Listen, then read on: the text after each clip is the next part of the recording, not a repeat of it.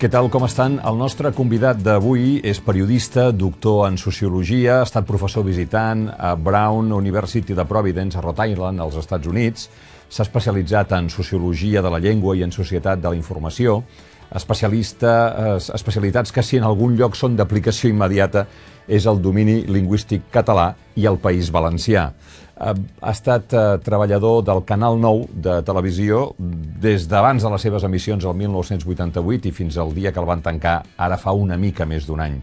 Per tot plegat ens ha semblat que era un interlocutor ideal per parlar del País Valencià a pocs mesos de dues eleccions que repartiran una altra vegada les cartes del poder, i en repartiran molt, les municipals i les autonòmiques al País Valencià, que després de tot el que li ha arribat a passar ens sembla que són d'una màxima atenció informativa.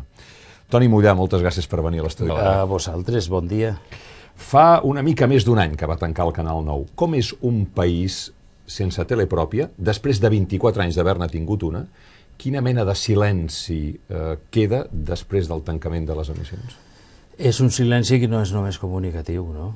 És un silenci que s'ha produït en tots els sectors, diríem, socials, econòmics, culturals del país, i és fonamentalment un desastre des del punt de vista econòmic, no? A mi m'agrada dir que nosaltres no solament els treballadors hem perdut un lloc de treball, que els valencians han perdut uns mitjans de comunicació, sinó que a més hem perdut la segona empresa del país, que és una cosa que s'oblida molt sovint. Al País Valencià, la major empresa del país, la que dona més ocupació, és la Ford. La segona era Radio Televisió Valenciana. Això en un context de crisi absoluta, de crisi econòmica absoluta, significa 1.500 persones directes a l'atur, però 4.500 persones indirectes del sector audiovisual, no? Si a això afegim que el País Valencià és un país caracteritzat fonamentalment per una petita i mitjana empresa que en els últims, des del 2007, ha tancat 40.000 empreses, que això signifiquen uns 500.000 persones provinents de la petita i mitjana empresa, veuràs que la dimensió del tancament de Radio Televisió Valenciana no afecta només, diríem, no és només un silenci mediàtic, sinó que és un desastre des del punt de vista, diríem, del model de país, no? De l'estructura productiva del país. I més enllà de les repercussions econòmiques, quina ha estat la repercussió que notes que va tenint aquest silenci, aquesta fosa negra, a nivell informatiu, de cohesió de país, de presència de la llengua a la televisió i a la ràdio? Sí, en aquest moment el País Valencià no té absolutament cap diari, cap ràdio, cap televisió que siga d'àmbit del País Valencià, ni en valencià ni en castellà. És a dir, això, com sabeu, va començar molts anys amb la persecució de repetidors de TV3, que finalment va desaparèixer, perquè Catalunya Ràdio va ser la darrera a desaparèixer, va desaparèixer un mes després del tancament de Ràdio Televisió Valenciana, i això ha sigut una autèntica, diríem, desconnexió per una banda de Catalunya, quan han desaparegut els dos grans mitjans, el TV3 i el tal, i després respecte a tu mateix, és a dir, les persones de Castelló no saben absolutament res del que passa a València o el que passa a Alacant, i això en tots els àmbits, és a dir, des de l'àmbit esportiu, és a dir, les úniques televisions que veiem el dilluns o el diumenge o el dia que siga són les televisions espanyoles. Ja saps el que això significa, el 75% del Real Madrid, el 10% de l'Atlètic de Madrid, si el Barça ha perdut li donen una mica de més de canxa i no n'hi ha ni València, ni Villarreal, ni Elx, ni n'hi ha absolutament res, no? Per posar un exemple, diríem, de lo que podríem dir-ne la cultura popular, no? I aquest silenci s'estén absolutament a tot, també als partits polítics, no? I això són conscients. L'altre dia ho comentava jo, un dels líders, diríem, del PSOE, no cal dir el seu nom, amb el que mantinc una bona relació personal de fa molts anys, i li diria: què dureu vosaltres en el govern si no tenim una ràdio televisió valenciana? Què dureu?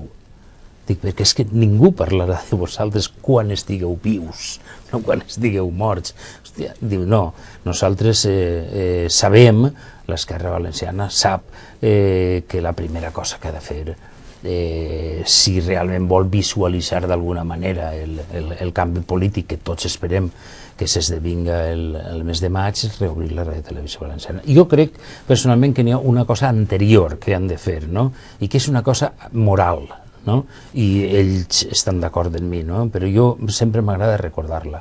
I és que siga qui siga el president de la Generalitat, jo crec que la primera cosa que ha de fer és eixir i demanar públicament com a president de la Generalitat perdó a les víctimes del metro. Jo crec que l'accident del metro que se va produir en València durant la visita del papa i que el president de la Generalitat encara no hagi rebut a les víctimes del metro, crec que és una immoralitat, sobretot venint d'un partit, diríem, que fa bandera del seu catolicisme, no? Jo crec que això, siga qui siga el president de la Generalitat, m'és igual que siga del PSOE, de Compromís, d'Esquerra Unida o de Podemos, la primera cosa que ha de fer és demanar perdó. Hi ha alguna possibilitat que reobri la televisió valenciana? Nosaltres estem convençuts que sí, no? Ahir presentàvem al Col·legi de Periodistes aquest llibre, RSTVB, que hem escrit entre un col·lectiu de persones de l'àmbit acadèmic i també de l'àmbit, diríem, professional, en homenatge a Ricard Blasco, que va ser el primer gran historiador de la comunicació valencià, i que va fer allò d'Espanya segle XX a Televisió Espanyola i tal, un home d'aquests, diríem, silenciats de cultura valencianista i republicana, i nosaltres hem fet els nostres estudis, diríem, econòmics, els nostres estudis jurídics, els nostres estudis laborals, i estem convençuts que no solament se pot reobrir a partir de juliol, sinó que se pot reduir a cost zero, perquè l'ERO ha costat una barbaritat de diners, perquè s'ha tancat d'una manera completament insensata. En aquest moment Ràdio Televisió Valenciana costa més de mantindre-la tancada que de mantindre-la oberta, i a més n'hi ha una demanda davant de l'Audiència Nacional, hi ha un recurs d'anticonstitucionalitat, i per tant jo crec que la solució més barata és reobrir-la, a banda de, jo crec que és una necessitat, com dia, des del punt de vista informatiu, des del punt de vista, diríem, sociocultural i lingüístic per descomptat, i des del punt de vista econòmic. Què tardaríeu a reobrir-la? Els tècnics, en això tenim una sèrie de diferències, però en fi no són significatives. Els tècnics, els enginyers de comunicació de l'empresa, diuen que treballant 12 hores al dia l'obrin en un mes i treballant 24 l'obrin en 15 dies.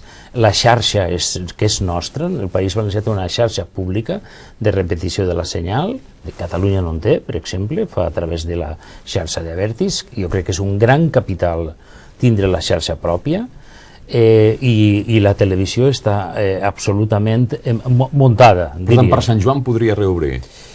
La nostra idea seria reobrir-la el 9 d'octubre, que és el dia del País Valencià, i jo crec que seria molt simbòlic perquè seria 25 anys després, no? Tenim tot l'arxiu perquè els documentalistes de la casa no se n'han anat, l'arxiu està en perfecte estat, i ja saps que això és fàcil de comprar les llicències o d'anar a la Forta a comprar continguts, i si no, escolta, els periodistes saben perfectament què s'ha de fer, coneixem l'edifici, i el que sí que s'hauria de fer lògicament és un ERO ben fet, però això en un acord en els sindicats pensem que en 15 dies se pot fer. Per tant, a l'agost podíem estar treballant. Perquè passi això, hi ha d'haver un canvi polític al País Valencià. Perquè passi això, la societat valenciana ha de decidir si vol passar comptes amb tots els que han protagonitzat casos que, a més són quantificables. 127 encausats en investigacions de corrupció al País Valencià. En diverses investigacions, des de Gürtel a Brugal, passant per Nos, Emarsa, això, el desastre de la radiotelevisió valenciana. 11 diputats autonòmics del Partit Popular han estat imputats en alguna causa i encara n'hi ha 5 que es mantenen al seu escó. Bé, la pregunta és, tu creus que la societat valenciana vol passar comptes, hi haurà un canvi polític, perdrà el PP? Jo crec que estem, quan s'acaben tot tipus de discussions i arribem, diríem, a sí o no, són discussions morals, no? Jo crec que en aquest moment tenim una decisió moral i és que si volem que continuï governant-nos esta màfia. Jo crec que és una màfia en el sentit ple de l'expressió i no faig literatura ni metàfores, és dir, a diferència de la màfia americana que coneixem tant a través de les pel·lícules, la màfia americana des de Gimkhana en fi, a tots els grans mafiosos americans que hem vist en les pel·lis treballaven fora del poder i el que feien era influir sobre el poder, no? És dir, era Gimkhana, crec, no? El que li paga la campanya a Kennedy, si no recordo malament, no? I una sèrie de famílies que tenien interessos i que intentaven influir en el poder. La màfia valenciana és molt diferent, és que la màfia valenciana és el poder, ocupa el poder. I això n'hi ha que s'ha d'acabar. És dir, però no estic utilitzant una metàfora, és dir, tot el que ha passat en els casos que tu has referit són comportaments autènticament mafiosos, de repartiment de poder entre ells, no? I un dels problemes és que al principi pensaves que jo recordo haver fet un escrit, un article en un diari d'aquí sobre el nou Mestalla, que crec que és el que va passar al València, la construcció... Que té un estadi a mig fer. Sí, està a mig fer, està molt a prop de Ràdio Televisió Valenciana, en un lloc que no n'hi ha infraestructures, no n'hi ha boques de metro, no n'hi ha entrades, en fi, una cosa, diríem, feta allí al mig, en l'única idea de que d'ací uns anys el recalificarien i el portarien a un altre lloc, no? I construït, per cert, en un solar públic, que anava destinat a dotacions esportives del barri. Que la cosa, diríem, té moltes cares. Bé, jo vaig escriure en aquell moment, això ja fa anys, clar, que Mestalla era la gran metàfora del País Valencià, no? Un gran vaixell que sembla allà amarat al mig de la ciutat. Però és que ja no queden metàfores al País Valencià. Després de Mestalla vingué Marsa, vingué Gürtel, vingué l'aeroport de Castelló, vingué la ciutat de la Llum, Despús-Ahir, la ciutat de les Arts, no? Que han detingut a dos... A la gerent, no? No, a la gerent i al responsable no sé el càrrec, si és director financer i tal, que la premsa no ho recorda, és el senyor que va firmar l'ERO de Ràdio Televisió Valenciana, és el mateix, és el que va vindre allà a firmar. És dir, la visita del papa. La visita del papa, no? Que, en fi, que allò tots ho sabíem en Ràdio Televisió Valenciana. Jo no he estat en l'àrea econòmica, però tots ho sabíem el que estava passant en la visita del papa, el paper de Cotino, el paper de... En fi, allí ha sigut un autèntic expoli, no? Aleshores, jo necessito pensar, no? Jo crec, jo dic moltes vegades, no, als meus amics d'ací, de Catalunya, que em diuen, no sé com no eres pessimista, no? I jo sempre es dic el mateix, a nit en el Col·legi de Periodistes el seu dia, no? Dia, és que al País Valencià ser pessimista és molt fàcil, perquè l'encertes sempre, collons. Aleshores, jo, perdona que acabi el raonament, vull militar en el que jo dic l'optimisme patològic. Jo sé que és una... però jo vull, perquè vull que sigui la profecia que s'autorealitza, que això s'acabe, no? Però és veritat que el Partit Popular governa, entre altres, el País Valencià còmodament, entre altres coses, perquè no hi ha alternatives, o perquè l'alternativa és molt dolenta? No hi ha hagut durant molts anys alternatives, no hi ha hagut. I a més hi ha una cosa que no s'ha de menysprear.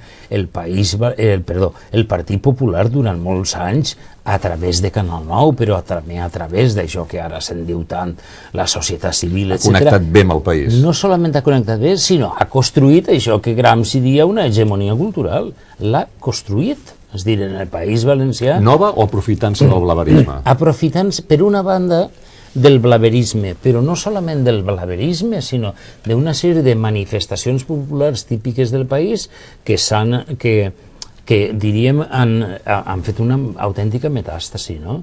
Les Falles és una, i tot i que jo inclús me poden agradar les falles, però la utilització barroera que s'ha fet del món faller ha estès, per exemple... Què vols dir, clientelisme? Claro, totalment, no? O després del comprar-ho tot. O després del València Club de Futbol, a partir de 1977. Jo era un xiquet de l'Horta que jo anava en l'època de Pep Claramunt i de tal, jo era un xiquet a banda de que Pep Claramunt és del costat del meu poble i el coneixia. A banda que va ser un any que va guanyar la Lliga. Sí, va guanyar la Lliga. Va guanyar la Lliga a Sarrià. A Sarrià. Damunt, doble... I jo encara avui, que passa per ser un granota duplicat, un blaugrana duplicat, perquè m'agrada el Llevant i m'agrada el Barça, però els companys de la redacció d'esports sempre venien a consultar-me coses del València. Perquè això també s'ho havia comprat el PP, dius? Totalment. El València, a partir de 1977, és l'element, diríem, de difusió màxima del blaverisme. Es diran, ara València, Mestalla, és un camp de croada. Jo vaig deixar d'anar a Mestalla perquè jo anava a la meva filla i seu pare passar molt malament. Jo recordo un energumen que mos va estar a punt d'agredir, que li estava dient a Ronaldinho, eres un negro catalán hijo de Carot Rovira, textual. Li ho vaig contar a Carot un dia, dic, mira quines coses te diuen per ahí. Però al marge de les exageracions, no seria la rèplica valenciana del més que un club culer? Sí, per descomptat en negatiu. És això, exactament això, en negatiu. El subdirector de l'Ara, en David Miró, que és de Castelló... De Borriana. Si em sentís dir de Castelló s'enfadaria molt, de Borriana. Em deia, l'origen de tot això és l'any 92. A Barcelona els Jocs Olímpics, a Sevilla l'Expo, a Madrid, capital cultural europea. I algú els hi diu als valencians, l'Estat s'ha oblidat de vosaltres, i aquest algú és el Partit Popular, i diu, posarem València al mapa. Jo dic que l'origen de tot és el 77.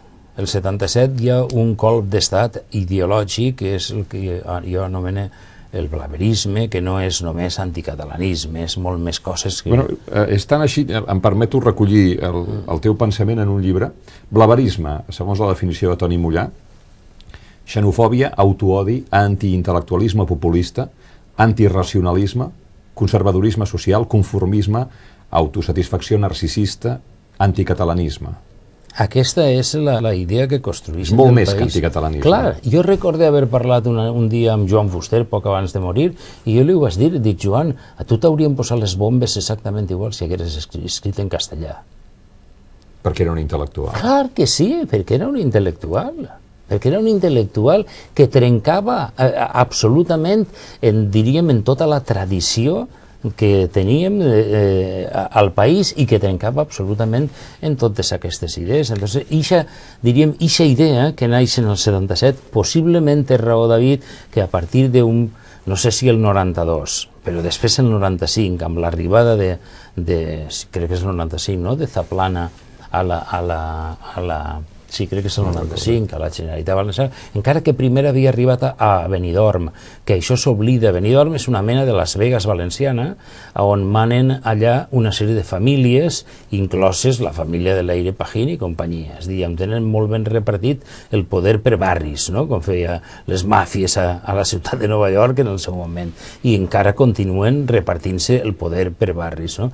Zaplana és un senyor que, diríem, propi de la cultura de Benidorm, la cultura del pelotazo, de la cultura de la construcció intensiva, etc., i arriba a València i assumeix absolutament tot el que s'ha d'assumir i comença allò que es va dir el capitalisme popular, crec que en deien en aquella època, no? Construcció, diners fàcils, etc., etc. Després les coses són pitjor, perquè quan se'n va a Zaplana, que pensen que se'n va... Bé, Zaplana és, si m'he permès l'expressió, un xulo de Las Vegas, però és que ve un vaticanista, que és Paco Camps, en tot el sector Aznar, Cotino, darrere, que és exactament el mateix, diríem, amb el recolzament del nacionalcatolicisme espanyol, no?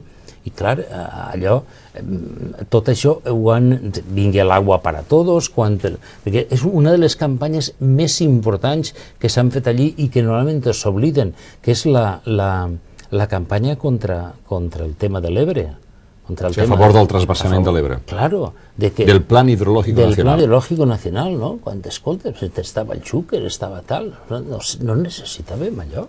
era senzillament pur anticatalanisme, pur enfrontament. Vull dir que l'anticatalanisme, per altra banda, no ha sigut només un tema lingüístic, que és una cosa que normalment se redueix, no? Està el tema de l'Ebre, però ara està el tema de les infraestructures, que no obrin la boca, no? Fins ara, quan veuen que, quan diem a l'Horta que l'aigua va per la darrera taula, no? Que ja no hi ha solució, el senyor Boluda, antic president del Real Madrid, etcètera, que ara és president dels empresaris valencians, estan dient que hay que hacer el corredor mediterráneo. Bé, a bona hora. A bona hora. De tota manera, el blaverisme, pel que em dius, va aconseguir imposar el seu marc mental a la societat. Totalment.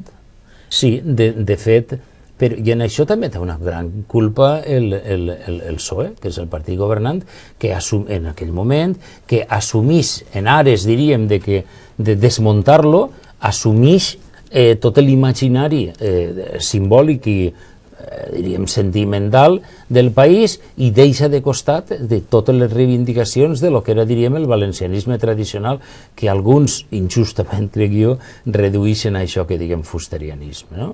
Jo crec que això és una de les desconnexions més greus que hem patit els valencians, perquè això no solament ens desconnectava de Catalunya en el sentit, diríem, simbòlic, històric, etc. No, ens desconnectava... De vosaltres mateixos. Clar que sí, però i a més ens desconnectava de lo que jo dic, la ciutat europea que tenim més pròxima als valencians, que és Barcelona.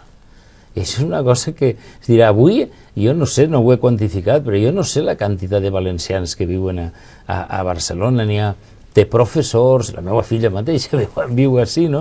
Per a nosaltres, per a mi mateixa, jo abans d'estudiar periodisme havia estudiat magisteri. I jo a l'any 77 ja descobrís que els moviments de renovació pedagògica de Rosa Sensat i vinc a les escoles d'estiu que es fan a Bellaterra i conec el senyor Francesc Vallverdú, que me va ensenyar en aquell moment molt, i vaig conèixer la senyora Marta Mata, i me van obrir un món de què era la renovació pedagògica, i per això jo treballo a partir d'aquell moment en la primera escola, la Masia, que és la primera escola que ensenya en català al País Valencià, no? La pregunta és si ara la societat valenciana desperta d'això, té ganes de passar pàgines, s'adona d'això, com ho paeix, quin projecte, si algú està construint un projecte de futur? Jo vull pensar que sí, no? Per una banda, i això també pot ser m'encega una mica els ulls, perquè tinc una confiança personal, diríem, per primera vegada en els líders que estan, diríem, en els partits d'esquerra. Jo crec que Ximo Puig en el PSOE, Mònica Oltra, Enric Morera, Ignacio Blanco en Esquerra Unida, són gent que venen d'una altra cultura, no venen de la cultura. Ximo potser és el que sí que ve més de la cultura, diríem, de la transició, però que trenquen en tot això, que saben que per altra banda, que això del blaverisme en bona part no ven com venia, perquè l'època 15 o 18 anys de govern popular no han resolt això que diuen que en el 92, sinó que ho han agreujat. Home, va haver-hi un moment que us semblava. Clar, fan la Copa Amèrica, et porten la Fórmula 1, ve el Papa, fan la Ciutat de les Arts. Home, una certa idea de València al mapa sí que la començàvem a tenir, no? Sí, en el mapa de la corrupció. El mapa mundial de la corrupció. I per altra banda, n'hi ha diríem, un estereotip del valencià dels que jo més odie, que és dir que nosaltres ho hem de fer tot de marbre i ben gran, no? Que és la idea, diríem, megafallera del que hem de fer. Jo crec que no, és dir, per exemple, la ciutat de València. La ciutat de València, que a mi particularment és una ciutat que m'agrada molt. Jo no soc de la ciutat, jo soc d'un poble de l'Horta, però és una ciutat on he estudiat i on hem vist, diríem, sovint, no? On vaig sovint. València des del primer moment tenia diríem, un doble model, o ser una ciutat, a mi m'agrada dir una ciutat italiana intermèdia, una ciutat... Bolònia, i reconstruir la Part Vella, reconstruir Belluters, reconstruir Russafa, fer una ciutat amable, etc. O fer una ciutat americana.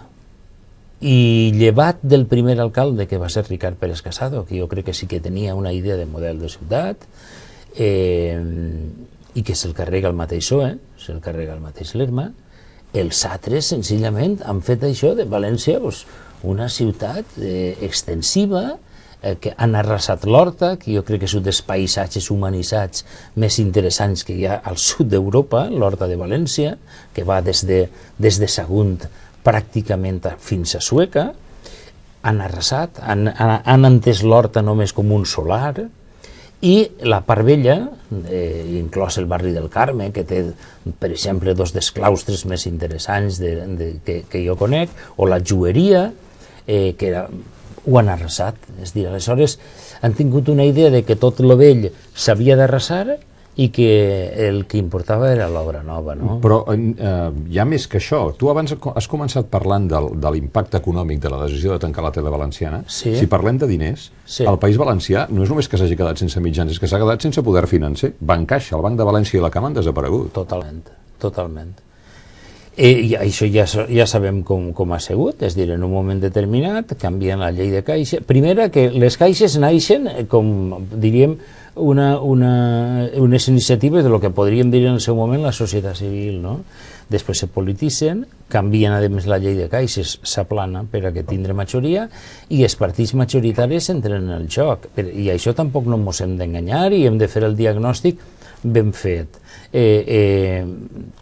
Xuplen del pot, tots. I tant Bancaixa com el Banc de València, que era la gran joia de la burgesia valenciana, no? com la CAM, fan fallida fonamentalment per inversions a les quals els obliga el mateix govern valencià. Per tant, igual que la Ràdio Televisió Valenciana, el sistema financer valencià és utilitzat de forma instrumental per al poder polític. Per tant, encara que jo sempre soc un gran defensor de les iniciatives civils, ciutadanes, etc., no podem oblidar que el poder polític és importantíssim. I, per tant, la primera cosa per a fer net i per a replantejar també el poder financer, el poder cultural, el poder mediàtic, és que hi hagi un canvi inevitable el dia, crec que és 24, no, de maig. En un dels seus llibres, Toni Mollà cita Gabriel Ferrater, que deia que qui domina els mots, domina el món. Amb quins mots han dominat el País Valencià aquests anys? A mi se m'ha acut, per exemple, l'expressió aquella de l'eje de la prosperitat. Ah, sí, allò va ser crec extraordinari. que ho deia Esperanza Aguirre, referint-se a Madrid, València, Mallorca, l'eix de la prosperitat, que naturalment era una patada a la cara als països catalans, és a dir, trenquem l'eix Barcelona, València, Mallorca. Sí, vaig fer un article que se titulava «Què se n'ha fet de l'eje de la prosperitat?», no? Crec que estan tots en la presó, no? Sí. El número 2 d'Esperanza Aguirre va ser detingut. Sí, i Matas també, no? I Camps va ser processat. I possiblement està cara Picassent, no? Que tenim la presó, està encarat perquè Compromís i els sindicats de la Ràdio Televisió Valenciana l'han portat a xuir. Dèiem, amb quins mots han dominat el món, el País Valencià? Posar València al mapa, des de la prosperitat... Jo crec que un dels que ha impactat molt és que senzillament és molt senzill, han dit que som els millors. Som els millors. I aleshores, clar, quan a un li repeteixen és que som els millors, no? I ho han anat repetint, i jo això ho tinc documentat, perquè tinc la mania d'escoltar els discursos parlamentaris, no?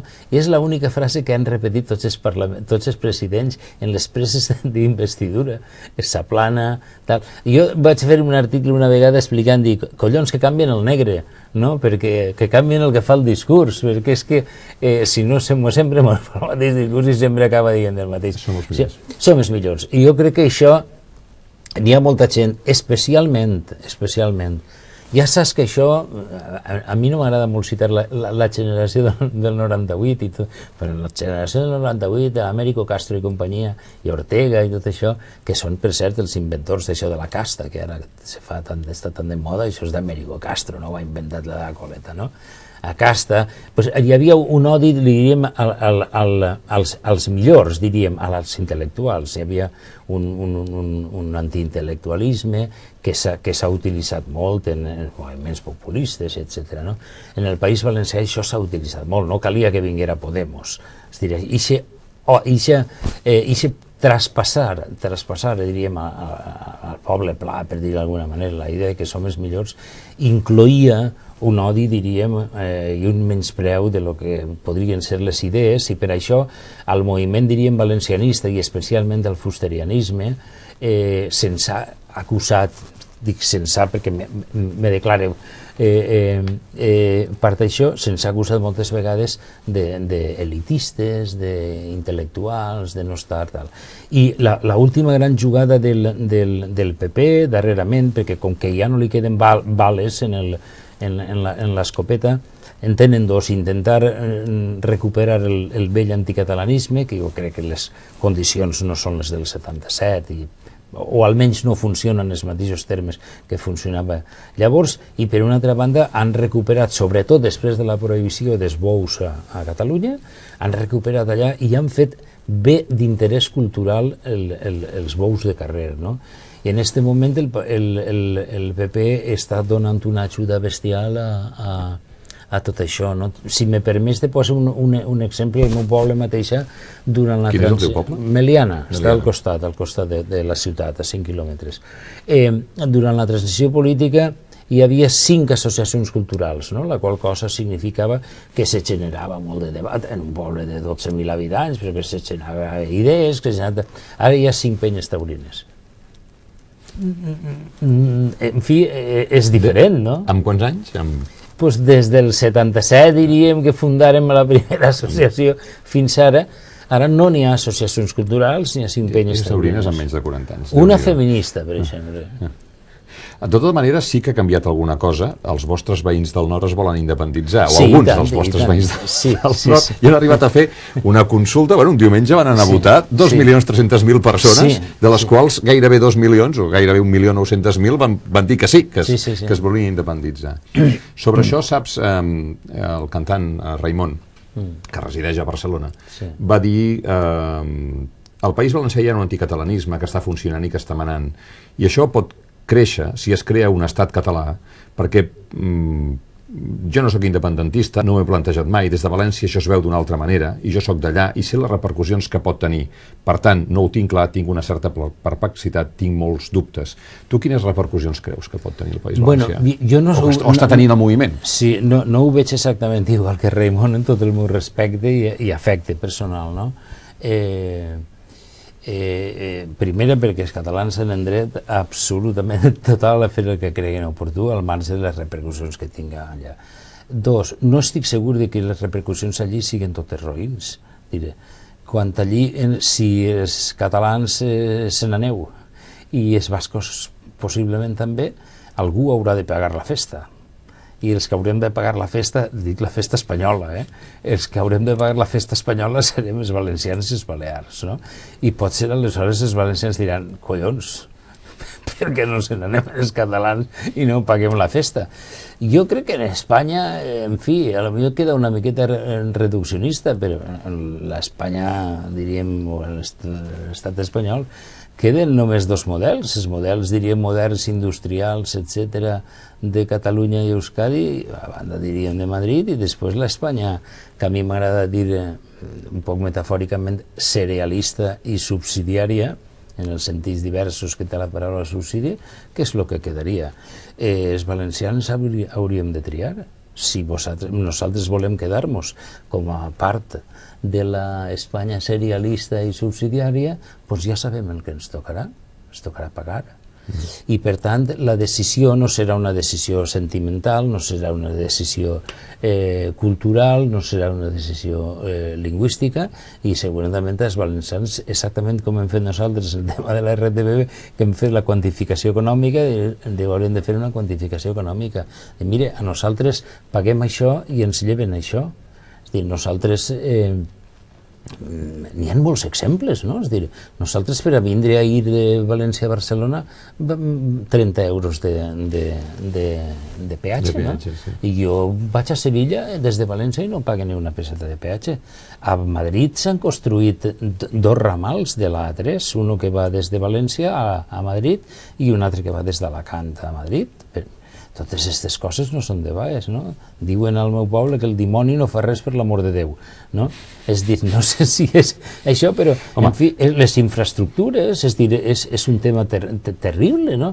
El tema del corredor mediterrani, és dir, la taronja valenciana, per anar a París ha de passar per Barcelona, lògicament, però ha de passar en un ample de via com toca, etc. Aquestes coses són les que els han d'explicar als valencians. El que no podem fer tampoc, i en això també hem de fer una miqueta d'autocrítica, no? I de fer una miqueta de mea culpa de que possiblement no hem fet la pedagogia que tocava en el País Valencià i hem fet un discurs de vegades que no ha passat de dir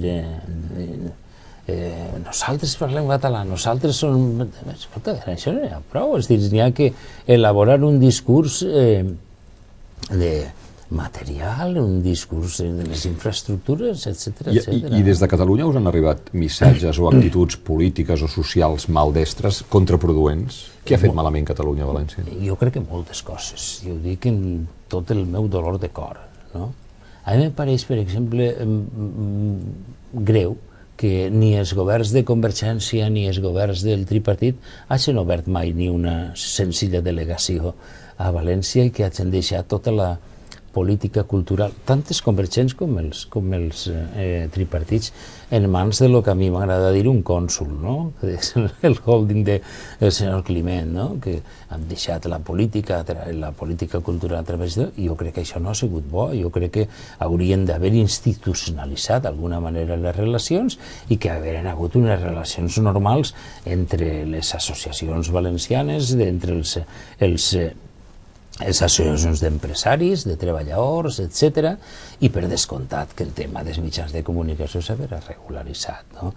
Jo crec que de vegades, en fi, no se trata de buscar culpables, però que de vegades el discurs hegemònic en Catalunya sobre el País Valencià s'ha reduït a una, diríem, efusió de festa major, per dir d'alguna manera, no? Nosaltres, el País Valencià és important, en fi, la majoria venen a València, se fan la paelleta durant els Premis Octubre i si tornen alguna vegada és per a traure en la TV3 o on siga les 4 coses problemàtiques que passen en el País Valencià com passen a tot arreu, no?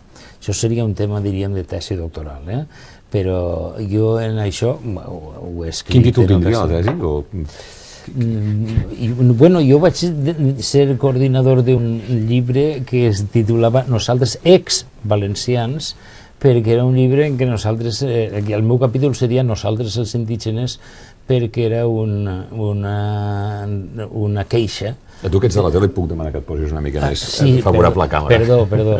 És dir, jo diria que moltes vegades algunes, no totes, però algunes, jo tinc grans amics d'ací que no pensen això, no?